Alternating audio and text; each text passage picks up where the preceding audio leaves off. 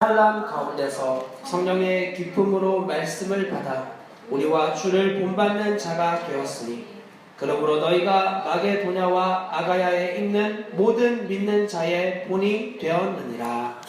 아멘. 작성하여 주십시오. 다시 한번 기도하도록 하겠습니다. 하나님, 오늘 이 시간에 말씀을 나누는 자리에 섰습니다. 우리 모두가 하나님의 말씀이 실제 되어지는 그런 놀라운 은혜를 경험하는 시간이 되게 하여 주시옵소서. 예배의 시간에 주체자가 되시는 하나님을 인격적으로 경험하는 그 놀라운 은혜의 시간으로 우리의 예배에 특히 말씀이 전달되는 시간이 되어지기를 간절히 간구합니다.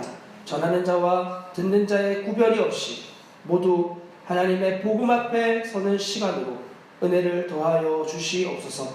이 시간을 주관하시는 사랑하는 주 예수 그리스도의 이름으로 기도합니다. 아멘. 다시 한번 서로를 보며 인사하겠습니다. 주님만 주목하겠습니다. 네, 주님만 주목하겠습니다. 네, 주님만 주목하겠습니다. 지난주에 우리는 말씀을 데살로니가전서 1장 5절을 살펴보면서 바울과 그의 일행이 어떻게 복음이 실제가 되어졌는지 그것을 함께 살펴보았습니다. 그리고 복음을 실제된 존재에게 나타나는 외적인 능력, 그것을 성령의 능력이라고 표현했습니다.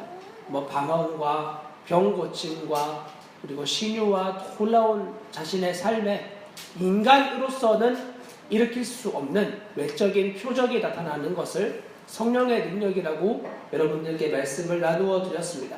그리고 그 능력뿐 아니라 성령의 내적인 능력, 즉 우리의 존재를 변화시켜 우리 안에 하나님의 사랑과 희락과 화평과 오래 참음과 충성과 이러한 성령의 열매들이 맺혀지는 이것을 살펴보며 성령의 능력은 단지 외적인 어떤 것에만 나타나는 것이 아니라 즉 사람들이 추구하는 병고침과 그리고 기적과 이사와 이런 것만을 성령의 능력이라고 하지 않고 한 존재가 하나님을 인격적으로 만나 그의 심령이 변화되어져서 자기에게서 도무지 나올 수 없는 이타적인 사랑과 그리고 그 안에서 끊임없는 오래 참음과 충성과 하나님을 향한 자비와 사람들 향한 양선과 이러한 모습들이 나타나는 것, 이것이 놀라운 성령의 능력이라고 여러분들께 지난주에 함께 말씀을 나누었습니다. 그리고 그 바울의 일행들이 무엇보다 그렇게 할 수 있었던 것이 자기의 말과 자기의 살아왔던 삶의 모습들에 근거한 믿음이 아니라 믿음의 근거가 오직 하나님의 살아계신 말씀, 그분의 진리 위에 서 있었기 때문에 바울과 그의 일행들은 연약하고 부족한 모습을 가지고 있었음에도 불구하고 끊임없이 증인의 삶을 살아갈 수 있었던 것이라고 여러분들께 지난주에 함께 말씀을 나누어 보았습니다. 이 말씀을 나누면서 우리가 함께 읽었던 본문은 이렇게 시작이 되어집니다. 또 너희는 많은 환난 가운데서 성령의 기쁨으로 말씀을 받아.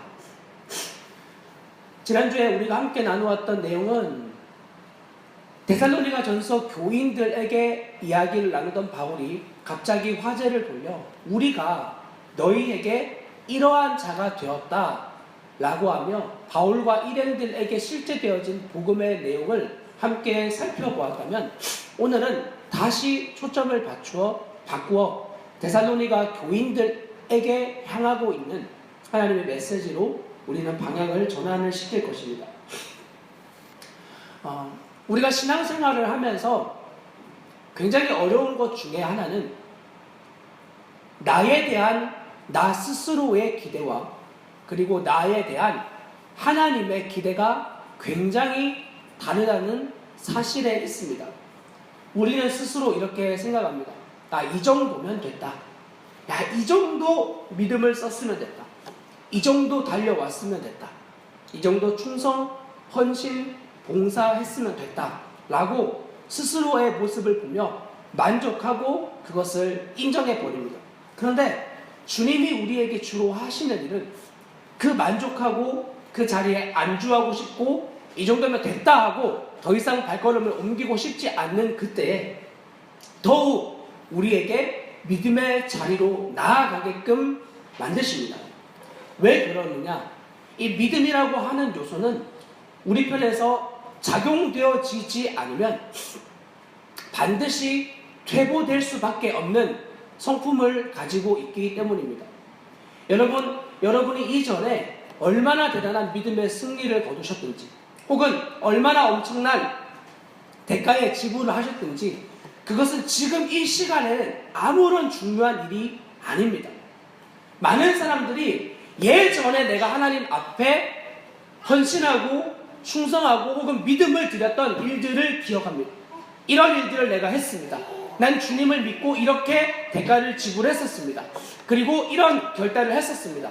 너무나 맞는 이야기고 때로는 너무 영광스러운 고백일 수 있습니다. 그러나 그것이 지금 오늘 이 자리에서 그 믿음이 적용되어지지 않는다면 이전에 누렸던 승리는 지금의 나와 아무런 관련이 없다는 것을 여러분들께 말씀을 드리는 겁니다. 그래서 우리는 늘 이렇게 초점을 맞추어야 됩니다. 하나님이 나를 어느 수준으로 부르시는가 말입니다. 그것을 살펴보려면 우리는 성경에 게시되어져 있는 많은 믿음의 증인들을 살펴봐야만 합니다. 왜냐하면 하나님은 아브라함을 다루시는 모습과 야곱을 다루시는 모습, 그리고 삼손이나 기드온을 다루시는 모습, 혹은 베드로와 바울을 다루시는 모습이 성경에 나와 있는 사람들과 늘 동일한 방법으로 다루는 것이 아니라 각자의 삶의 인격과 그 사람에게 가장 맞는 방법으로 주님이 다루시기 때문입니다. 그래서 다양한 성경의 인물들을 통해 우리는 획일적인 하나님을 보는 것이 아니라 그 사람의 인격과 삶의 시간을 배제하지 않으시고 끊임없이 그 사람의 인격을 존중하며 그 사람에게 가장 합당한 방법으로 일하시는 주님을 바라보게 되는 것입니다. 그러니 다른 사람의 다루어지는 모습을 보며 우리는 굳이 걱정이나 염려할 필요가 없습니다. 왜 주님이 나를 저렇게 안 다루실까? 여러분이 믿음의 대단한 증인들의 이야기를 들으면 여러분 안에 그런 고민이 아마 생겼을 거예요. 나도 저런 환난 가운데 한번 들어가 봤어야 되는데 나는 부모님을 너무 신앙 좋은 부모님을 만나서 저렇게 방황도 못 해보고 저런 어려움도 못 겪어보고 그래서 죄도 별로 못 짓고 그래서 나는 주님을 저렇게 깊이 체험하지 못했구나. 이런 쓸데없는 걱정을 하시는 분들이 있어요. 그렇지 않아요. 절대로. 하나님은 그 사람을 다루시는 방법과 동시에 우리는 우리의 수준에 맞는 하나님의 방법으로 다루어내십니다. 근데 놀라운 결과는 무엇인 줄 아십니까? 각자 다루시는 방법은 독특한데 하나님이 보실 때 주님이 올려놓고 싶은 하나님의 수준은 다 동일하다는 말을 여러분들께 드리고 싶은 거예요. 여러분, 어떤 증인이 하나님 앞에 받는 열매가 우리가 볼 때는 클 수 있지만 주님은 우리에게 그 열매를 요구하시지 않습니다. 여러분에게는 여러분 각자에게 맺을 분량이 있고 그 분량에 대한 결산을 주님은 하기 원하십니다. 그러니까 목회자인 저에게 주님이 요구하시는 분량이 있고 성도로서 부름받은 여러분 각자에게 하나님이 맺고 싶은 열매가 있는 거예요. 그 크기에 대해서는 세상이 볼 때는 크다 작다 말할 수 있겠지만 주님은 주님의 가치에서 굉장히 존중적으로 인격적으로 그 가치를 절대 구분하지 않습니다. 세상 사람들은 90점이 넘으면 성공 혹은 90점이 낮으면 실패라는 식으로 평가할 수 있습니다. 그러나 주님은 여러분 각자를 한 존재로 보시고 한 인격체로 보시고 여러분을 어떤 기준으로 놓고 거기에 도달되지 못하면 너는 실패, 그 도달을 한 사람은 너는 성공, 이렇게 평가하시지 않습니다. 각자에게 맞는 절대적인 기준을 주님이 세워놓으시고 각자에게 맞는 그 기준을 반드시 넘어가게 만들고야 마시는 하나님이십니다. 그래서 하나님은 놀라운 분입니다. 그 하나님이 이 성경 안에 계시되어진 많은 사람들을 어떻게 그 사람 각자에게 인격적으로 다루시는지를 살펴볼 수 있는 눈을 가져야 여러분은 각 사람들을 보며 나를 그 사람과 비교하는 것이 아니라 그 사람들처럼 다루어 가고 계신 하나님을 보게 되는 것입니다.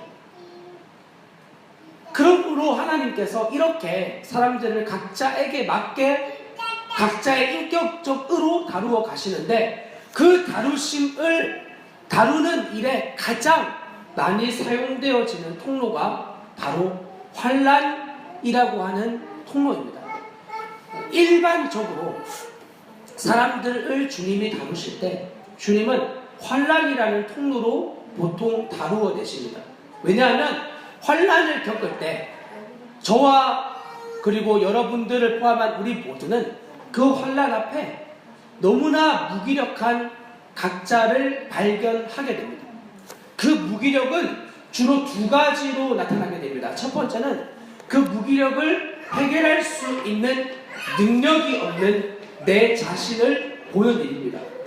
그 사건 앞에서 이 사건을 해결할 능력이 없는 저를 발견하는 거예요.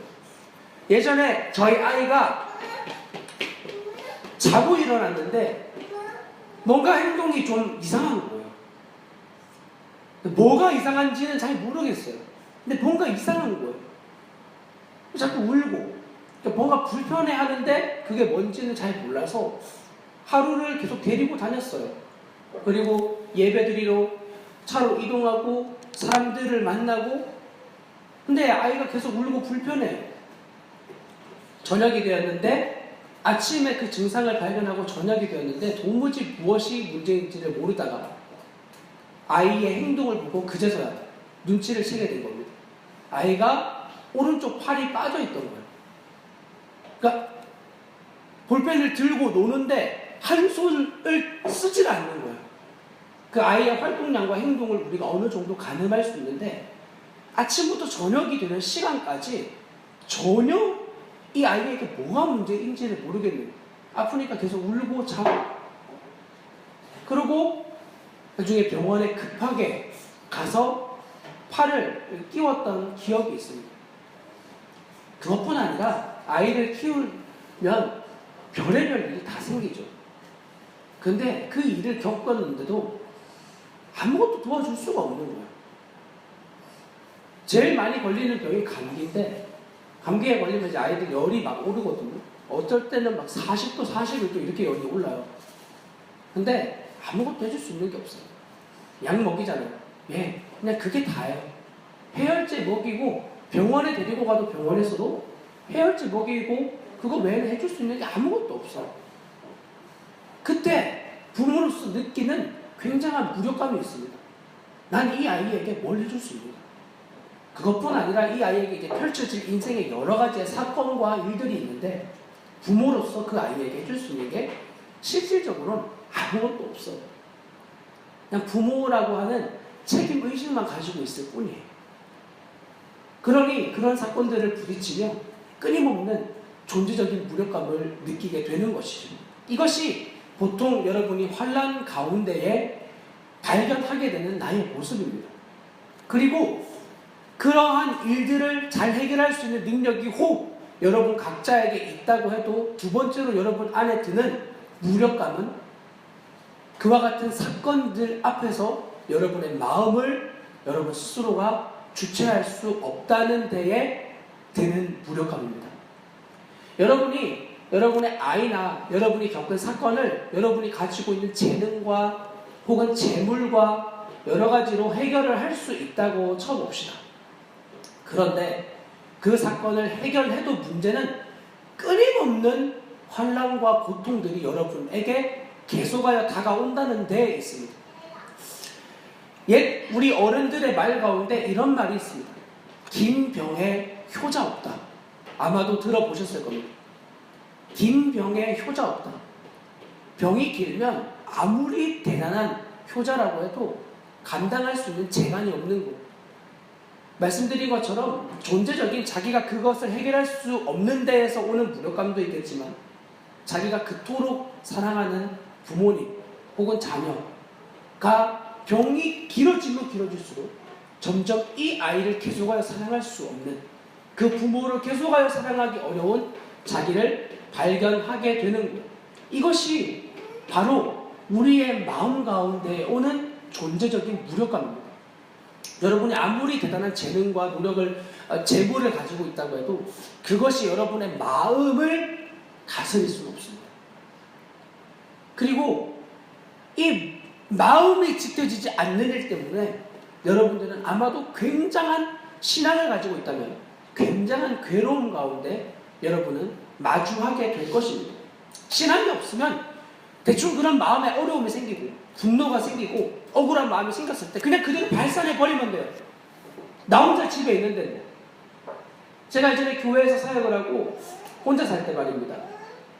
그리고 교회에서 이제 제 위에 있는 분에게 굉장히 모독감과 경멸감을 받는 때가 있었어요. 같은 목사인데 이제 제 위에 있는 분이죠. 저는 그때 전도사였고, 그리고 그런 이제 말과 행동을 당하고 교회 위에 있는 6층에 제 방에 올라오면 제가 할 수 있는 일이 뭐가 있겠어요? 문을 발로 걷어차고 벽에다가 책을 집어 던지고 이불을 뒤집어 쓰고 욕을 하고 소리를 지르고 그냥 그러고 있는 거야. 이불을 벗고 소리를 지르면 밖에 교인들이 들리니까 이불 뒤집어 쓰고 그 안에서 소리를 지르고 때로는 울고 그러면서 그 시간을 보내는 거예요. 절대로 내 마음이 다스려지지가 않는 거예요. 너무 괴로운 건 난 주님을 믿고 주님을 사랑해서 전도사가 되고 목사가 될 건데 왜 이렇게 어떤 상황 가운데서 마음이 다스려지지가 않아요. 그게 더 괴로운 거예요. 안 믿을 때는 주님을 모를 때야. 물론 제 생에 그런 생애가 없어서 너무 안타깝긴 하지만 그냥 막 나갈 텐데 그럴 수 없는 주님의 진리와 계속 부딪히는 교회 다니는 것만으로 계속하여 진리에 부딪히니 이건 뭐 너무너무 괴로운 시간인 거죠. 그렇게 끊임없는 무력감을 발견한 것이 비단 저뿐이겠습니까? 아마도 신앙을 가지고 있다면 여러분들 안에 가장 큰 괴로움이 바로 이 부분일 겁니다. 예수를 믿은 지 오래되었고 그 주님을 따라 살아가지 못하는 저의 모습, 각자의 모습을 발견할 때 말입니다. 이 편지를 기록할 당시의 데살로니가 교인들 역시 비슷한 환난 가운데에 거하고 있었습니다. 그들은 외적인 고난이 있었습니다.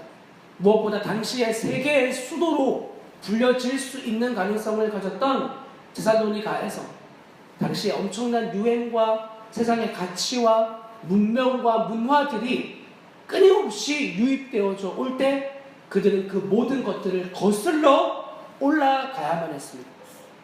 음란과 부정과 사욕과 더러움과 퇴폐함의 이런 문화들을 통용시키지 않고 그들에게 신겨주신 주님의 거룩함을 지켜나아가며 그 세대를 거슬러 올라가는 발걸음은 그냥 그 발걸음조차가 이미 엄청난 압력에 의해 눌려지는 고산지대를 걸어 올라갈 때 심장이 터질 것 같은 그러한 걸음을 걷는 것과 같았을 겁니다. 그러한 외적인 고난이 있었다면 내적으로는 당시의 유대인 분파처럼 불려지던 기독교인들을 향한 신앙의 압박이었습니다. 이단이다, 가짜다, 그리고 끊임없는 핍박과 환난들, 신앙으로부터 유입되어지는, 즉 그들이 그리스도인만 아니었다면 겪지 않았어도 됐을 법한 이러한 어려움들을 그들이 삶 가운데 계속하여 부딪히는 거예요. 여러분, 그러나 기억하십시오. 이 외부적인 환난이나 내부적인 환난이나 둘 다 이것을 통해 우리에게 다루기 원하시는 것은 주님은 우리에게 결국 그러한 환난을 통해 우리 각자의 믿음이 어디에 있는지를 주님이 끊임없이 보여주시는 거예요. 왜냐하면 우리가 그 환난을 통해서 믿음의 근본이 흔들려지게 되면 모든 것이 다 이뤄지기 때문입니다. 여러분, 환난을 통해서 여러분의 믿음의 근본이 주님의 진리의 말씀이 아니라 여러분의 재산에게 있었다고 칩시다. 여러분의 재산에 여러분의 믿음의 모든 부분이 다 달려져 있었는데 한순간에 여러분의 재산을 잃어버리게 되었을 때 그 사람은 살아갈 희망을 잃게 되는 겁니다. 때로는 뉴스나 언론 가운데에서 이런 기사들이 올라옵니다. 어떤 재벌들이나 부자들이 그렇게 많은 재산을 가지고 있다가 재산이 3분의 1로 줄은 거예요. 몇 천억을 가지고 있는데 그 재산이 이제 3분의 1로 줄어서 이제 몇백억밖에 안 남은 거죠. 그런데 그런 일을 겪고 그 사람들이 자살을 해버리는 거예요. 더 이상 살아갈 힘을 잃어버리는 거예요. 아니 우리 같은 사람이야 재산이 몇 천억에서 몇 백억이 되었다라고 하면 그 몇 백억 가지고 살면 되잖아요. 아니 몇 백억이면 우리 교회에서 월세가 얼마예요? 그냥 아무 어려운 일이 아닌데 그렇게 많이 가지고 있던 사람들에게 그렇게 재산이 갑자기 그들이 볼 때 확 줄어들게 되면 견딜 수가 없는 거예요. 그들의 수준에서. 그런 일을 통해 그 사람들의 믿음의 근거와 주소가 어디인지가 정확하게 드러나죠. 돈인 거예요. 인맥도 마찬가지죠.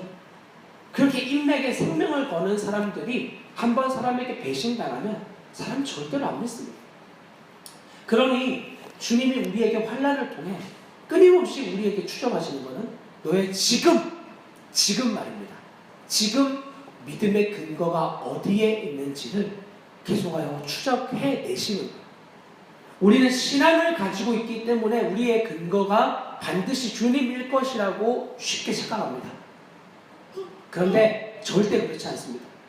우리 안에는 어쩌면 더 많이 혼탁되어져 있는 부분들이 있습니다. 그래서 주님은 여러분의 신앙을 혹은 여러분의 외적인 환경을 통해서 내 믿음의 근거가 지금 어디인지를 계속하여 밝혀내시는 작업을 하시는 거예요. 여러분 이 세상이 주는 기쁨은 무엇입니까? 세상은 끊임없는 소유를 통해서 기쁨을 줄 수 있다고 확신합니다. 그래서 세상에 있는 많은 사람들은 더 가집니다. 더 사고, 더 먹고, 더 입고, 더 누려서 자신들의 행복이 계속 유지되어지기를 원하는 거죠. 이것이 실제 이야기는 아니겠지만 어떤 왕이 있었습니다. 그 왕이 자신의 행복을 위해서 자기에게 아내가 될 사람을 찾아오라고 신하에게 명령을 한 거예요. 근데 그 신하가 굉장히 지혜로운 사람이었어요. 그래서 왕에게 며칠이 지나고 이런 이야기를 한 겁니다. 왕이시여, 외모가 굉장히 아름다운 여자와 결혼을 하면 3일이 행복합니다. 그리고 수완이 밝은 여자와 결혼하면 3년이 행복합니다. 그러나 지혜로운 여자와 결혼하면 평생이 행복합니다. 이렇게 이야기를 했다는 거죠. 그럼 이 이야기의 결론이 뭐겠어요? 지혜로운 여자와 결혼하라는 이야기 아니겠어요?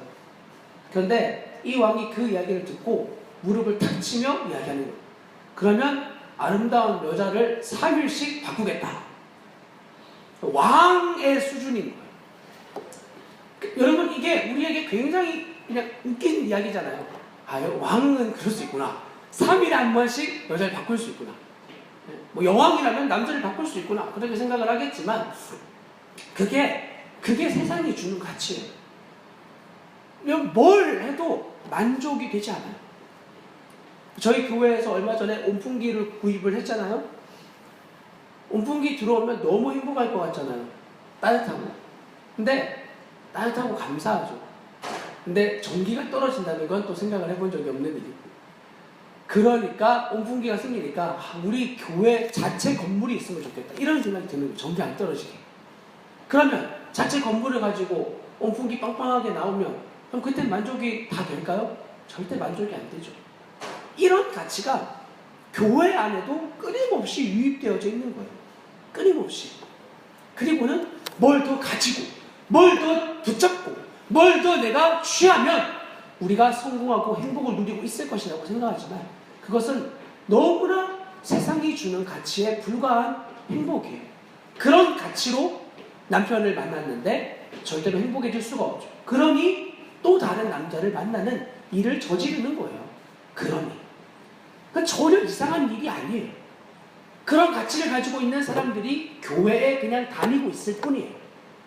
즉 내가 주 예수 그리스도라고 하는 분으로 내 영혼의 참된 안식과 만족을 누리지 못하면 우리 모든 인간의 인생은 그와 똑같을 수밖에 없어요. 용기가 있는 사람은 더 많은 죄를 저지르는 방향으로 나아가는 것이고 용기가 없어서 그 죄의 방향으로 나가지 못하고 있을 뿐이에요. 이제 간통법이 없어졌죠? 많은 그런 일들이 계속해서 일어나고 있어요. 점점 더 법은 인간에게 관대해질 거예요. 그런 영역에서. 그렇게 될 거예요. 세상은 악해질 거라고 주님 말씀하셨으니까. 그러니 여러분들이 절대적인 주님의 진리에 붙들리지 않고 계속 세상의 가치대로 살아가는 채 행복을 구하려고 한다면 여러분 절대로 행복해질 수 없다고 여러분들께 감히 말씀을 드릴 수 있습니다. 만약 행복을 누릴 수 있다면 이 왕처럼 돈을 많이 벌든지 세상에 어떤 것에도 거리낌이 없는 법 위에 있는 그런 존재같이 되어지면 어쩌면 이 땅에서는 아주 잠깐은 참되진 않지만 약간의 쾌락을 누릴 수는 있겠죠. 그러나 기억하십시오. 절대로 그것이 영원할 수는 없다는 사실을 말입니다. 그리고 이것이 종교 안에 들어오면 이 쾌락 혹은 기쁨은 종교 안에서 끊임없이 사람들에게 긍정적인 생각, 마음을 다스릴 수 있는 방법들을 제시합니다. 마음이 어렵고 힘들 때, 다 그런 거지 뭐. 기도해. 그냥 좋게 생각해. 애땜했다고 생각해. 이런 말들 말입니다. 예수님을 믿는다고 하고 교회를 다니는데도 이 가치가 교회 안에 얼마나 많이 통용되어져 있는지 몰라요. 긍정적으로 생각해요. 다 잘 될 거야. 뭘 잘 돼요? 잘 되긴. 여러분 주님 믿고 지금까지 여러분의 인생이 정말 잘 되셨어요? 이제 오늘 명절이고 여러분 가족들에게 갈 거잖아요. 여러분을 볼 때 여러분의 가족들이 야 예수 믿더니 너 정말 잘 됐구나 이런 말 들으실 수 있으실 것 같아요? 야 너 얼굴이 왜 그래? 야 너 왜 그래? 너 예수님 믿는다며. 이런 말 들을 각오를 우리가 하고 전투적인 자세를 임하고 명절에 가야 되잖아요. 그러니 그런 가치를 가지고 있는 채 교회를 다닌다. 끊임없이 자기 최면을 하는 거죠. 여러분 그러나 기억하십시오. 주님은 우리에게 절대 그런 자기 최면하라고 우리에게 그리스도의 십자가의 복음을 주신 적이 없습니다. 우리는 끊임없이 그냥 하나님 계신다고 하니까 어쩔 수 없이 내가 주님을 믿어줘야 되겠고 그냥 겪은 어려운 일들 가운데서 뭐 그럴 수도 있는 거죠. 뭐 인생이 다 그런 거죠. 뭐 이런 식으로 그 앞에 그냥 무기력한 채 무너져 있으라고 주님이 우리를 부르신 게 절대로 아니에요. 절대 그렇지 않습니다. 여러분 주님이 먼저 우리에게 보여주고 싶으셨던 건 그 세상과 여러분들이 계속하여 부딪히면서 절대로 바뀌지 않는 세상. 네, 여러분이 지금 생각하고 있는 것처럼 이 세상은 절대로 내가 원하는 방향으로 나아가지 않는구나.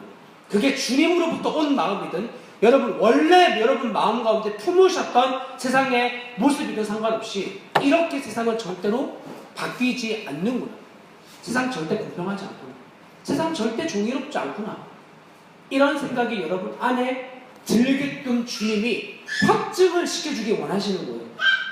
그리고 그 세상 가운데에서 반응하고 있는 내 모습도 보니 나조차도 정의롭지 못하고 정의를 외치는데 정의롭지 못하고 의로움을 말하는데 의롭지 못하고 공평을 이야기하지만 절대로 공평하지 못한 아니 오히려 적자 생존의 모습을 내가 더 가지고 있는 그런 모습을 대면할 때 그런 완전한 나에 대한 희망을 주님은 끊어내기를 원하고 계심을 여러분 반드시 기억하셔야 됩니다. 세상이 이와 같이 돌아가는 것은 새삼스러운 일이 아닙니다. 성경에서도 끊임없이 여러분이 살아가는 세상은 절대 변하지 않을 것이라고 우리에게 보여주고 있습니다. 세상은 여러분 절대로 변하지 않습니다. 그러니 뭐 영화 같은 거에서 막 정의가 승리하고 경찰이 막 그런 악한 무슨 기업의 간부들을 막 이겨내고 일개 경찰이, 그런 이야기는 우리에게 희화를 줄지는 모르지만 절대 세상에 나오는 이야기가 아니에요. 그렇지 않나요? 아직도 여러분 거기에 속고 계시나요? 여러분 아직도 세상이 정말 정의로울 거라고 여러분 생각하시나요? 여러분 드라마에 나오는 것처럼 굉장한 왕자님이 여러분에게 와서 결혼을 청할 것이라고 그렇게 믿고 계시나요 혹시? 아니에요. 절대로 그렇지 않다고. 왜 이런 말씀을 자꾸 드리는 줄 아십니까? 이렇게 아름다운 명절의 아침부터 여러분 우리는 세상에 대한 명확한 성경적 가치관을 가지고 있어야 됩니다. 주님 우리에게 약속하셨습니다. 세상은 더 악해질 것이라고 말합니다. 더욱 악해질 것이고 세상은 더 더러울 것이고 더 치욕스러운 방향으로 나아갈 것이라고 우리에게 이야기하고 있습니다. 안 그래도 이 세상은 적자 생존을 가르칩니다. 질병이 있고 병이 있고 몸에 장애가 있는 그러한 사람들은 계속 되어지는 쪽으로 세상 가르칩니다. 여러분 뭐 유럽이나 미국 같은 그런 곳은 절대 그렇지 않을 거라고 생각하나요? 그들을 배려하는 부분은 어느 정도 있겠죠, 우리나라보다. 그러나 그 유럽이나 미국이나 이런 곳에서도 그런 사람들은 살아남을 수가 없어요. 그들을 배려하는 기독교적인 문화만 있을 뿐이에요. 그들이 엄청난 대기업의 사장이나 그런 자리에 올라간 이야기는 별로 없어요. 역사 가운데서. 여러분 그렇지 않나요? 그들이 성공하는 사례는 별로 없어요. 그냥 그들이 긍정적인 마음을 가지고 잘 살고 있다, 이 정도가 책에서 화자되어지고 그들이 남들보다 조금 더 긍정적인 마인드를 가지고 노래를 잘 부르든지 혹은 무슨 기술적인 이러한 그 능력을 가지고 있든지 이 정도 외에는 엄청난 세계를 거느르는 지도자가 되고 이러한 이야기는 그들에게 나오지 않아요. 왜냐하면 세상의 구조 자체가 적자 생존에 대한 딱 맞는 가치를 가지고 있기 때문인 거죠. 그래서 제가 제일 싫어하는 것 중에 하나가 교회에서 특히 아동부 사회가 반별로 아이들 나눠놓고 인원 체크하고 그 적은 인원들 오늘의 온 주일 우리 반의 아이들 인원 적어서 벽에다가 게시하는 거예요. 큰 교회 가면 많이 하거든요. 부서별로 아이들 뭐 중학생들 많이 오니까 큰 교회는 중등 1부, 2부, 3부, 5부, 6부 이렇게 있어요. 그 아이들 반 부서별로 이렇게 인원들을 적어가지고 벽에다가 게시를 하는 거예요. 다 어디에서 오는 가치일까요? 그런 것들이? 물론 그런 것이 주는 어느 정도의 유익은 있을 겁니다. 인간이 사람을 두려워하니까 그런 것을 가지고 서로 경쟁을 붙여서 더 열심히 하게 나아가는 방향으로 끄는 어느 정도의 굳이 유익이라고 한다면 유익이 있을 수 있겠지만 저는 이것이 절대 성경적인 하나님의 가치라고 보지 않습니다. 어떻게 한 사람을 숫자로 평가할 수 있는 거죠? 절대 그럴 수 없는 거예요. 단 한 가지만 있을 뿐이에요. 그 일에 대해서 전심이었냐. 그것이 결과가 내가 원하는 결과가 나오지 않더라도 거기에 대해서 주님을 향한 온 마음으로 하였다면 그 결과가 좀 내가 원하는 숫자가 나오지 않더라도 내가 원하는 결과의 모습이 나오지 않았더라도 정말 주님을 향한 전심이었다면 그거면 된 거예요. 그것이 주님이 우리에게 요구하시는 가치인 거죠. 그리고 그 마음으로 주님이 모든 것들을 바라보게 만드시는 거죠. 그러니까 얼마나 주님 앞에서 여러분 서 있지 않으면 우리는 끊임없이 어떤 상황과 환경을 볼 때 평가하는 데에 익숙한지 여러분 스스로가 잘 알고 계실 겁니다. 신앙의 세계 안에서 저에게도 끊임없이 그런 모습이 나타납니다. 여러분들도 아마 그렇겠지만 여러분 이런 이런 세상을 우리가 살아가고 있는데 안 그래도 적자생존 강하고 힘세고 이런 사람만 남는 세상 가운데서 주님은 주님 당신을 따라오는 사람들에게 너희는 나를 따라오면 너 세상에서 엄청 미움을 받을 거야. 이렇게 아예 약속을 해놓으시고 계세요. 요한복음에 살펴보시면 그런 내용이 대반이에요. 너 날 따라오면 세상이 너희를 미워할 거야. 싫어할 거야. 그러니까 우리 예수님을 믿는다는 이야기가 세상에게 고난과 환난을 안 그래도 받는 세상에서 아예 대놓고 세상이 우리를 미워할 각오를 하고 주님을 따르는 자들이라는 사실을 여러분 절대 잊지 마셔야 됩니다.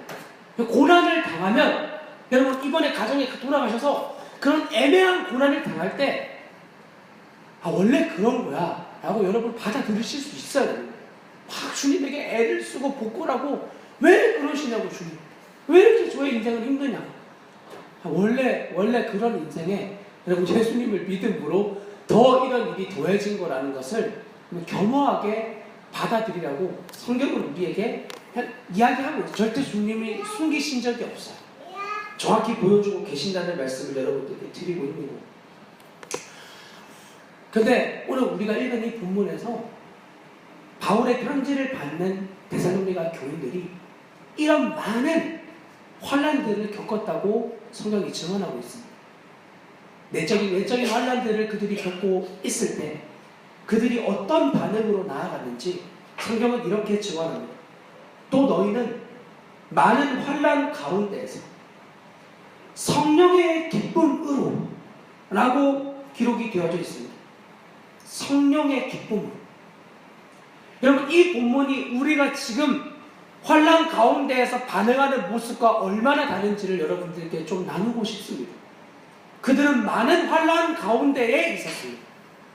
지금처럼 기독교가 인정되어지는 문명이 아니라 기독교를 박해하고 기독교를 업신여기고 기독교를 이단이라고 이야기하는 그러한 상황 가운데서 세상의 가치를 따라 살아가지 않는 그들을 향해 때로는 박해와 환난으로 그때는 아직도 기독교의 박해가 끊이지 않고 있을 때에 주님을 따르고 있는 그들의 심령 가운데 그들은 성령의 기쁨 가운데 거하고 있었습니다.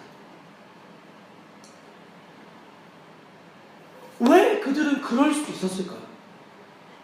그 환난 가운데에서 전혀 마음을 지키지 못하고 그 환난을 벗어나고 싶은 우리와 다르게 그들은 어떻게 기쁨 가운데 거할 수 있었을까요? 그들이 그 기쁨 가운데 거할 수 있었던 이유는 굉장히 간단하게 그 환난을 주관하고 있는 주체자가 하나님이라고 하는 사실을 그들이 명확하게 알고 있었기 때문입니다. 그들은 그 환난과 고난과 때로는 유혹을 통해서 나 자신을 다루시는 주님을 신뢰하고 있었던 거예요. 그러니까 그들은 환난과 상황과 자기에게 억한 마음을 들게 만드는 사람들을 핑계대지 않았어요. 아니, 그들은 그런 상황과 환경과 사람들을 통해 자신의 절망을 발견한 것은 사실이었어요. 우리와 마찬가지로. 그들은 우리와 동일한 성정을 가진 사람들이었습니다. 절대 우리와 또 다른 어떤 초월적인 존재가 아니었어요.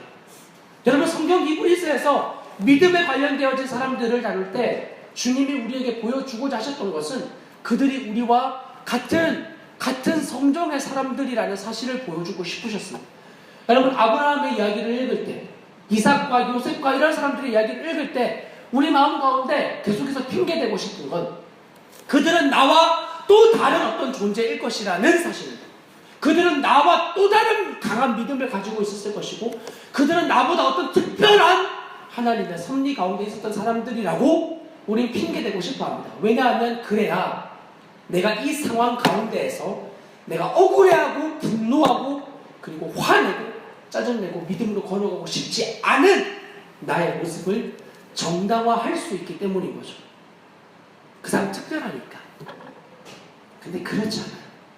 주님 우리에게 보여주기 원하시는 건 그들도 그 상황 가운데에서 똑같은 절망을 겪었다는 거예요. 우리의 믿음의 조상 아브라함은 2번이나 아내를 쉽게 말하면 팔았어요. 아내를 팔았다고요. 이게 아내를 가지고 있는 저로서는 정말 이해하기 어려운 정서예요. 어떻게 그럴 수 있지? 그런 의문이 들어요. 근데 너희의 믿음의 조상은 그랬다 라고 이야기해요. 우리가 그 불붙는 복음의 투사와 같은 바울은 자기는 말도 잘 못하고 연약하고 심지어 내가 이 환난을 당할 때 도망갔다고 이야기해요. 바울 스스로 그렇게 고백해요. 그런 사람이었다고 성경은 하나도 그 내용들을 빼놓지 않습니다. 하나님의 친구라 불렸던 다윗은 불륜을 저질렀던 사람이었습니다. 모세는 살인자였습니다. 이게 말이 좋아 살인자지 사람을 죽였다고요. 그런 사람들을 이었어요. 우리의 믿음의 선진들. 그런데 그런 극심한 자기의 존재를 바라보는 그 절망 가운데에서 그 자리에만 머무르지 않는 거예요. 여러분이라면 어떨 것 같습니까? 여러분이 그 상황과 그 환경이라면 여러분 과연 어떻게 반응하실 것 같습니까? 여러분, 지금의 미국과도 비교할 수 없을 정도로 모든 제국의 신으로 불려지던 바로가 나의 아내를 결혼을 청탁하러 데리고 왔어요. 여러분은 과연 어떻게 반응하시겠어요? 나의 아내입니다. 저를 죽여서라도 절대 데려갈 수 없습니다. 그러면 죽이고 데려갈 거잖아요. 죽이고 데려갈 거 아니에요. 어차피 자기가 원하는 거니까. 어차피 죽이고 또 데려갈 건데. 그러면 나도 살고 너도 살아야지. 이렇게 반응하지 않겠어요? 비굴하지만. 여러분 절대로 여러분은 그럴 수 없다. 내 눈에 흙이 들어갈 때 그렇게 안 된다. 그리고 끽 하고 그냥 죽으실 거예요? 그렇게 되실 수 있을 것 같나요? 여러분, 우리가 얼마 전에 기사로 접했던 내용이지만 굉장히 많이 부천에서 이런 일들이 일어나는데 또 자기의 딸을 폭행해서 죽인 어느 한 아버지의 이야기가 기사로 실렸어요. 11개월 동안 집에서 그 딸 아이를 방치해 놓았어요. 죽은 채로. 그리고 그 아버지의 직업은 목사였어요. 나름 규모가 있는 교회를 담임하고 있는 담임 목사였어요. 그리고 그분은 신학교의 교수로 재직을 하시는 분이었어요. 시간 강사든 교수든 상관없어요. 어차피 학생들이 다 교수라고 부르니까. 그리고 그분은 설교의 시간에 사람들에게 죄를 지어서는 안 된다고 고백을 했었다고 해요. 죄를 지으면 안 된다. 그리고 집에 돌아오면 자기가 죽인 딸이 이불 속에 들어가 있어요.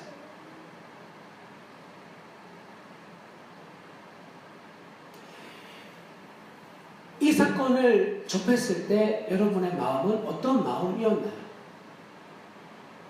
어떻게 그럴 수가 있지? 아빠가 목사인데 어떻게 그럴 수 있지? 혹시 이런 마음이었나요? 만약 그런 마음에 여러분들이 생각이 들었다면 너무나 인간적인 반응이에요. 그렇게 다들 생각을 하죠. 그런데 여러분, 너무나 무서운 사실이 뭐냐면 만약에 내가 그 자리에서 지금의 내가 아니라 그 목사님이 살아온 삶의 배경과 상황과 고통을 겪는 시간들을 내가 겪으면서 그 자리에 있었다면 나는 더 극심한 방향으로 반드시 반응하고 말았을 거라는 사실이 있습니다. 제가 너무 무서웠던 것은 이렇게 할 수 있는 거구나. 내 몸으로 낳은 아이를 내가 이렇게까지 할 수 있는 거구나.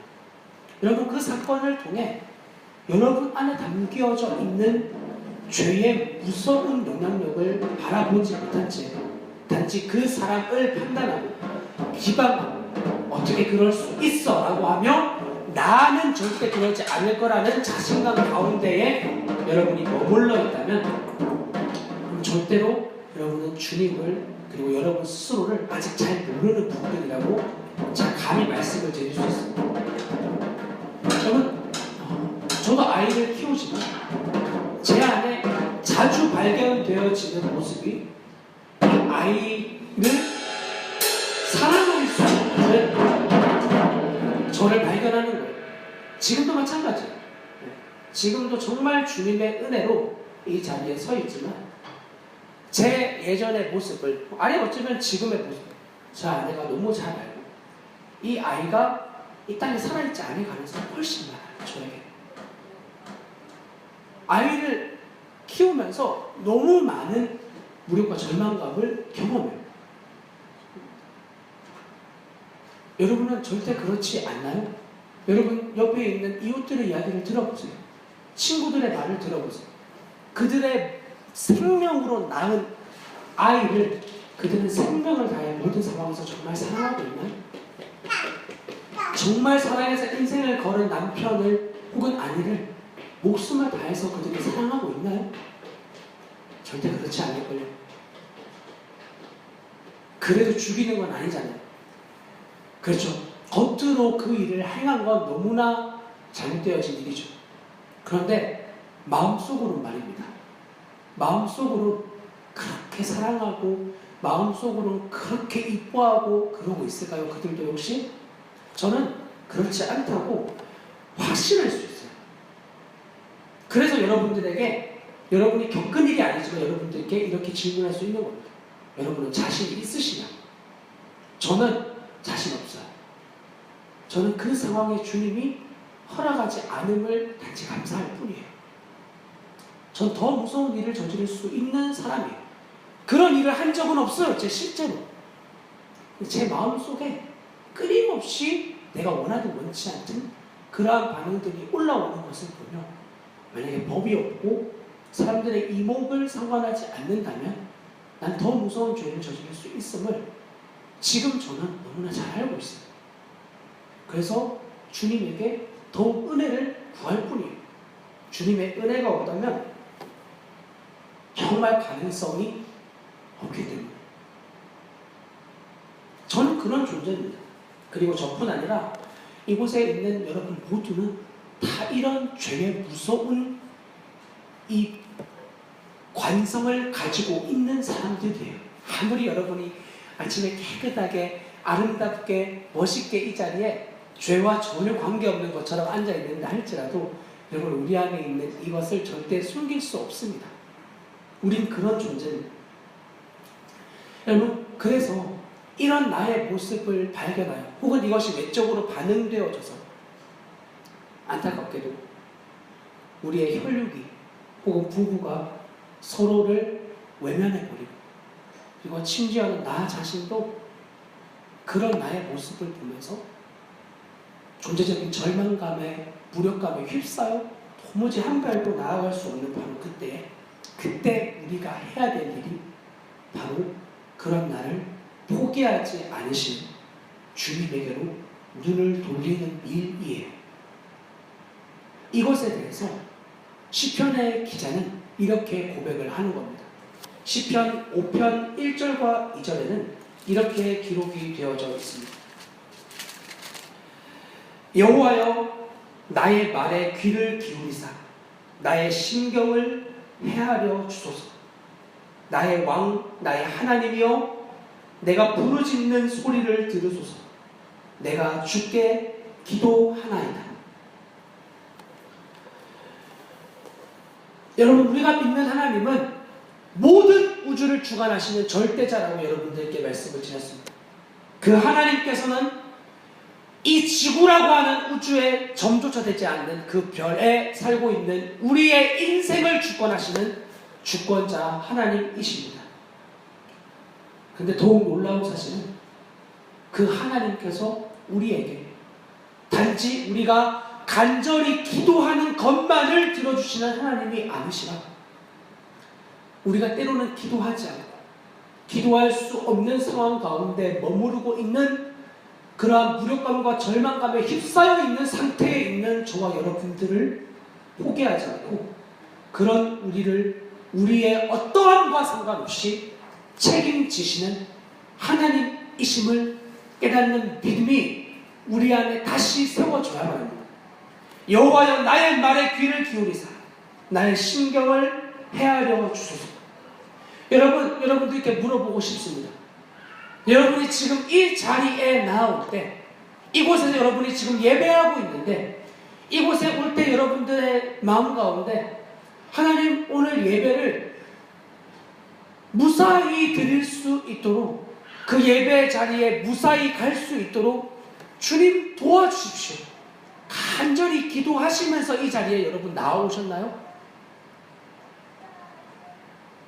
물론 운전을 위험하게 하는 사람 옆에 앉으면 그런 간절한 기도가 때로는 나오기도 하지만, 여러분은 그런 간절한 기도를 하지 않고 아마도 이 자리에 오셨을 겁니다. 주님 예배의 시간에 말씀이 잘 들려지게 해주십시오. 그렇게 여러분은 기도하는 간절한 마음을 가지고 예배 자리에 참여하지 않은 사람이 훨씬 더 많습니다. 주님 저의 오늘의 삶을 붙잡아 주십시오. 그렇게 기도의 자리에 나아가지 않고 하루를 시작할 때도 여러분은 있습니다. 그런데 주님이 여러분의 기도만 가지고 일하신다면 어떻게 우리가 지금 이 자리에 살아있을 수 있겠습니까? 우리의 안전을 주님께 맡긴 적이 없는데. 이것만 살펴봐도 주님은 그분의 절대적인 주권과 섭리에 의해서 저와 여러분의 인생을 지금도 우리의 기도를 뛰어넘어 그분의 주권과 섭리에 맞추어 우리를 인도하고 계신 겁니다. 그러니까 우리는 이것을 은혜라고 이야기하는 겁니다. 그 하나님만입니다. 여러분이 여러분의 스스로의 모습을 보고 너무 가능성이 없고 주님을 믿는다고 하지만 그분과 인격적인 교제를 누리지 않는 나의 모습을 발견하고 주님 앞에 나아가야 됨을 너무나 잘 알고 있는데 그 앞에 나아가기를 싫어하는 나의 이런 모습을 대면할 때, 그때 그럼 기도해야 되잖아요. 말씀 읽어야 돼. 안 한다고. 그런데도 그죠? 하지 않아요. 그 여러분 이야기가 아니라 또 제 이야기예요. 나가지 않아요. 억울하고 분통하고 왜 맨날 내가 십자가 져야 되냐 이거예요. 저 사람이 다 잘못했는데 하윤 때문이다 이거예요. 키워보세요. 여러분 옆에서 보니까 너무 예쁘고 뭐 사랑스럽죠? 키워보라고. 3일만 키워보세요. 하루 이틀은 그럴 수 있다고 치자고. 하루 이틀은. 저도 하루 이틀은 그냥 온전히 살아갈 수 있어요. 온전히. 키워보라고. 안 자고 불 끄고 누웠는데 1시간씩 책장에 있는 책 가져와서 여러분 머리에 던진다고 생각해보라고. 막 그냥 온전히 막 될 것 같아요? 막 지르고 막 저 아이 때문이라고 이렇게 반응 안 될 것 같아요? 그렇게 돼요. 여러분 분명히 이제 결혼하시면 이제 이 말의 의미를 여러분 깨닫게 되실 거예요. 왜 여러분의 친구들이 결혼하고 나서 그렇게 아이 때문에 절망하는지 그때 피부로 막 느끼게 될 거예요. 존재적으로 막 고백하게 될 거예요. 다 저 아이가 십자가에 가야 된다고. 그렇게 비참하게 십자가가 뭔지도 모르고 주님도 모르는 그 아이를 핑계대는 나의 모습을 대면하게 될 거예요. 근데 너무 놀라운 사실은 그렇게 비참하게 무너져 있는 그런 나를 주님이 그 기도의 자리에 나아가지 않고 말씀의 자리에 거하지 않는데 그분이 그때에도 나에게, 여러분에게 귀를 기울이고 계신 거예요. 그리고 그분에게 기도로 올려드리지 않음에도 불구하고 그분은 여기에 나와 있는 고백처럼 여러분의 심정을 그때에도 유일하게 여러분의 마음을 가장 시원하게 할 수 있는 하나님 아버지이신 거예요. 남편도 절대로 그렇게 해줄 수 없거든요. 자녀도 못해요. 벌써 제가 아내에게 농담처럼 이야기하지만 아내가 아이를 껴안고 너무 사랑스러워하고 그럴 때 제가 옆에서 조금만 있으면 이제 저 하유가 예쁜 며느리를 데리고 와서 엄마 나 이 여자를 결혼할 거야. 왜 엄마는 내가 결혼하는 이 여자를 이렇게 싫어하냐 이렇게 말할 하는 이야기를 하면 벌써 아내의 얼굴에 잿빛이 흘러내려요. 안 된다는 거예요. 안 된다는 거예요. 절대 그럴 수 없다는 거예요. 아이도 좀 있으면 이제 내 마음을 흡족하게 해줄 수 있는 존재가 되지 않아요. 지금이야 엄마 떨어지면 죽는 줄 알지만 남자아이들 특히 좀 있으면 엄마 있으면 무서워요. 우리 이번에 저희 교회에 오셨던 어느 목사님 자녀가 넷인 목사님 그 아이들 엄마가 한 달 동안 아울리치를 갔다 왔거든요. 그리고 아울리치 갔다 온 아이, 큰 아이, 남자아이 초등학교 4학년인데 저희 아내가 가서 물어보는 거예요. 엄마 없으니까 많이 힘들었지? 이런 식의 이제 질문을 한 거예요. 힘들었어요. 이렇게 대답할 줄 알았겠죠. 아이가 별로 그런 힘든 건 없었어요. 엄마가 없으니까 아빠 더 맛있는 거 많이 해주고 그냥 엄마가 봐서 좋은 건 제가 청소를 안 해도 돼서 좋은 거지 그냥 별로 다른 건 없어요. 그냥 그게 초등학교 4학년까지만 결혼까지 가지 않아도 이제 이미 떠난다 이거예요. 이미.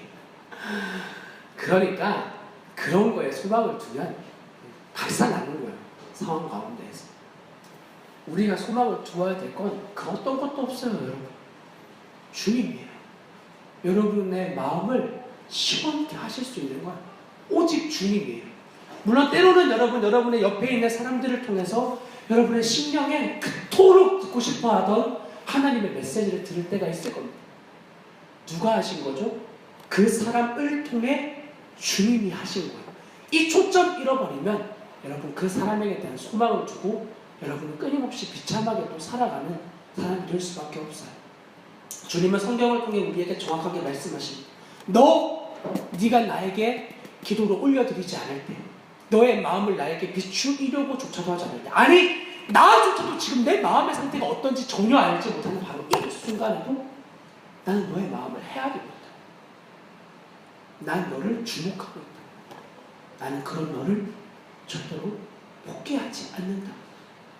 끊임없이 우리에게 말씀하시는 주님에게 믿음을 바꾸어야, 그 믿음의 근거를 주어야 저와 여러분은 참된 기쁨과 행복 가운데에서 아무리 상황이 압박하고 우리의 내적으로 끊임없는 절망과 우리의 심령의 억울함과 분노가 치밀어 오르는 그때에도 우리의 마음은 변하지 않는 참된 기쁨을 누리며 살아갈 수가 있습니다. 여러분, 이것이 주님이 우리에게, 먼저는 데살로니가 교인들에게 주님이 심겨주셨던 성령의 기쁨이에요. 그리고 오늘 주님께서 여러분들을 각자의 가정으로 파송하시면서 여러분에게 말씀하시는 거예요. 내가 너에게 심겨준 이 참된 기쁨 안에서 안식하라고 말입니다. 여러분, 어떤 소리를 들으시든지 그 소리에 여러분이 어떤 마음이 여러분 안에 솟아오르든지 상관없이 여러분 안에 끊임없는 안식을 허락하시는 주님을 누리는 그러한 여러분의 시간이 되셔야 합니다. 그리고 그렇게 주님이 여러분을 인도하고 계십니다. 그리고 그 기쁨을 누릴 수 있는 통로가 바로 이후에 증거되어지는 구절입니다. 데살로니가전서 1장 6절 후반절에 있는 말씀을 보십시오. 후반절에 이렇게 기록이 되어져 있습니다. 성령의 기쁨으로 말씀을 받아 라고 말입니다. 그러므로 여러분, 이 예배의 시간은 반드시 하나님의 말씀이 증거되어지는 시간이어야 됩니다. 여러분들을 위로한답시고 세속적인 가치와 그런 다 인생 그러니까 뭐 굳이 그렇게 팍팍하게 살아요. 그냥 좋게 생각하세요. 이런 말 전해주는 것이 교회일 수 없습니다. 오직 이 예배를 통하여 우리가 저 역시 주목해야 될 것은 하나님을 주목하게 하는 일입니다. 여러분, 그래서 여러분들은 계속하여 이런 교회와 이런 예배를 사모하고 있는지 여러분 마음 가운데 살펴봐야 되는 거예요. 여러분, 예배를 통해서 여러분 정말 주님의 말씀과 주님의 은혜를 누리기를 사모하고 계십니까? 예배를 통한 하나님의 감격을 누리기를 원하십니까? 이전에 저는 예배를 통해서 주님의 감격을 누리는 것은 잘 꾸며진 예배당, 잘 구성되어진 이런 악기팀, 예배팀이 있어야만 그렇게 되는 줄 알았어요. 그런데 아니었어요. 여러분, 그런 거 아무것도 없어도, 물론 저희 지금 예배당이 그런 게 없다고 절대 이렇게 말씀드리는 거 아니에요.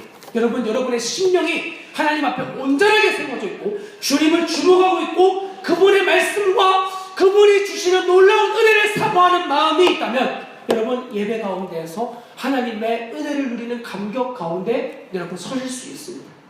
그리고 여러분, 그 감격 가운데에 누리고 있는 사람과 여러분 함께 하시기를 여러분 정말 사모하셔야 됩니다. 여러분, 나 혼자 이 믿음의 발걸음 걸어가는 거 정말 어렵거든요. 그래서 이 감격을, 그 말도 안 되는 상황 가운데에서 예배의 감격을 누리고 있는 사람과 함께 한다는 것은 정말 큰 주님의 은혜입니다. 이렇게 주님은 우리에게 그 기쁨을 누릴 수 있는 통로로 말씀을 받는 일을 제시하고 계십니다. 그러니 여러분, 공식적으로는 예배를 통해 혹은 여러분 만남과 교제를 통해서 주님의 말씀이 증거되어질 때만 여러분 참된 안식을 누릴 수 있음을 여러분 절대로 기억하십시오. 주님의 말씀이 담겨져 있지 않은 채 안식과 기쁨을 누리려고 하는 건 전부 다 거짓입니다. 잠깐의 쾌락과 잠깐의 안식을 누릴지 모르지만 그건 영원하지 않습니다.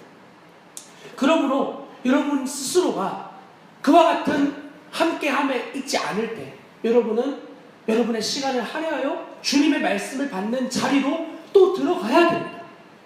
그렇게 할 때에만 그 사람들이 없는 자리에서 여러분은 주님이 주시는 기쁨으로 살아낼 수가 있는 거예요. 내가 주님으로 공급받지 못하면 여러분 그 삶을 절대로 살아낼 수가 없어요. 그리고 그 공급은 오직 주님의 말씀으로만 주어진다는 사실을 잊지 마십시오. 여러분, 이 기쁨을 누리는, 이 성령의 기쁨을 누리는 그 결과는 바로 이렇게 제시되어집니다. 6장 마지막 6절 마지막 절에는 이렇게 기록되어져 있습니다. 말씀을 받아 우리와 주를 본받는 자가 되었으니. 우리와 주를 본받는 삶, 바로 이것이 성령의 기쁨을 부여받은 자들의 나아가야 되는, 아니 기쁨의 결과라고 여러분들께 말씀을 드리고 싶습니다. 이것은 굉장히 중요한 이야기입니다. 우리가 주님을 본받는다라고 하는 것은 다 아는 사실입니다. 주님 본받는다. 신앙생활은 주님을 본받는 일입니다. 아는 말입니다. 근데 우리 안에 이런 질문이 늘 들어옵니다. 어떻게 우리가 예수님처럼 살 수 있냐 이거예요. 나는 지금 이 순간에도 빨리 끝나고 집에 가야 되는데 이런 마음과 계속 부딪히고 있는데 어떻게 주님을 계속 바라볼 수 있겠냐는 거죠. 어떻게 주님처럼 이 땅에서 살 수 있겠냐는 거죠. 그런 핑계가 우리에게 계속 들어와요. 그런데 그때 그러지 못하게 주님이 안전장치를 세워놓으신 게 바로 우리를 본받으라고 하는 이 구절입니다. 너희는 주님을 본받는 자뿐 아니라 나 바울과 디모데와 실라와 이런 복음의 증인들을 너희는 본받는 자라고 권면하고 있는 거죠. 너 예수님 볼 때 너무 힘들지 어렵지 안 될 것 같지? 그때 우리가 핑계내지 않게 주님이 증인들을 세워놓으시는 거예요. 그들을 통해서 우리가 거룩하게 살 수 있다는 다시 확증을 가지게 해주시는 겁니다. 뿐 아니라 그들을 통해 결정적인 순간에 우리가 믿음으로 반응할 수 있음을 보여주는 거예요. 성경에 게시되어진 내용들, 그리고 그들의 삶의 족적들을 살펴보면 그들은 하나같이 복음으로 결정적인 순간에 반응하는 사람들이 되었어요. 물론 이전에는 결정적인 순간에 자기의 자아대로만 반응했어요. 그러나 결정적인 순간에 주님을 믿는 믿음으로 반응하는 삶으로 변화되어진 증인들을 보내는 거예요. 그리고 그들을 통해 다시 저와 여러분을 복음 앞에 세워주시는 거죠. 이미 넘어지고 실패한 무력하고 절망적인 그들을 일으키어 다시 주님의 믿음의 발걸음을 걷게 하는 그들을 보며 지금 절망과 가능성 없음에 넘어져 있고 무기력하며 주님 앞에 나아가려고조차 하지 않는 우리들을 다시 일으키사 그 영광스러운 걸음을 걷게 하시는 주님을 주목하게 하시는 거예요. 그래서 그들은 주님을 바라보라고 한 게 아니라 우리와 주를 본받는 자가 되라고 고백을 했던 겁니다. 그런 고백을 하게 하는 이유가 무엇입니까? 바로 7절에 나와 있는 내용입니다. 그러므로 너희가 마게도냐와 아가야에 있는 모든 믿는 자의 본이 되었느니라. 마게도냐와 아가야는 당시 그리스 전역을 아우르는 표현이었습니다. 이 데살로니가 교인들의 믿음의 삶이 그리스 전역에 있는 교인들, 아니 열방에 있는 모든 교인들에게 본이 되어졌다고 이야기하고 있습니다. 당시에는 인터넷도 없던 시대였습니다. 어떻게 그런 믿음의 본이 그들에게 들려질 수 있었던 거죠? 데살로니가 교인들이 자기들을 알리려고 최선을 다하고 노력을 했던 결과였나요? 이렇게 막 우리의 믿음을 알려야 돼, 사람들에게 보여줘야 돼. 그들 그렇게 했었나요? 아니었어요. 그들은 그냥 주님에게 순종했을 뿐이었어요. 환난 가운데 더욱 순종했고 자기의 연약함과 부족함과 절망감 가운데에서 다시 그런 나를 포기하지 않는 주님을 바라보는 믿음의 자리로 나아갔던 것밖에 없었어요.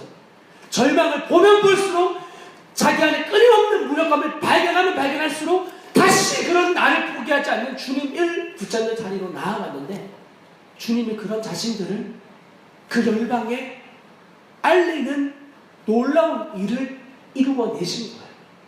나는 순종만 했는데 주님이 증인이라고 인정하셔서 그들의 이름을 열방 가운데 드러내 주신 거죠. 사랑하는 우리 반석중앙교 성도 여러분, 주님 이렇게 우리를 드러내기를 원하십니다. 온 열방과 여러분의 가족과 이웃뿐 아니라 여러분이 오늘 이 시간에 증인으로 다시 믿음의 초점을 옮겨 주님에게 주목되어지면 이 일을 알리시는 건 주님이세요. 주님이 제일 기뻐하세요. 사랑하는 우리 반석중앙교 성도 여러분, 우리가 오늘 다시 이 주님의 생명으로 반응할 것을 결단합시다. 그리고 우리는 순종만 합시다. 그러면 주님이 높이실 자를 높이시고 낮추실 것들을 낮추어 내십니다. 그래서 가장 완벽한, 그리고 가장 그분의 뜻에 의로운, 그리고 우리에게 가장 행복하고 기쁜 그 자리로 지금도 우리를 인도하고 계신 그 주님의 손길에 붙들린 바 되어진 우리의 인생 가운데 살고 있음을 잊지 않는 우리의 한 주간이 되시길 주님의 이름으로 부탁을 드립니다. 같이 기도하겠습니다.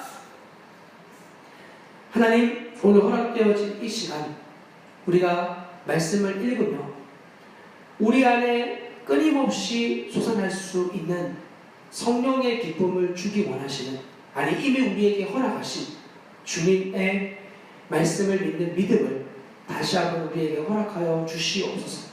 우리가 그 어떤 것에 우리의 초점이 옮겨져 있는지 저로서는 알 수 없지만 우리의 믿음의 모든 부분을 허물어 버리시고 오직 변하지 않는 진리의 하나님의 말씀을 붙드는 믿음을 우리 안에 새겨놓기 원하시는 주님을 다시 한번 주목하여 이 한 주간의 삶 가운데 오직 하나님의 말씀에 순종하며 나아갈 때 주님 우리를 어떻게 이 땅에서 높이시고 드러내시는지 주님의 방법과 주님이 하시는 놀라운 일을 바라보는 우리의 인생이 되어지게 하여 주시옵소서.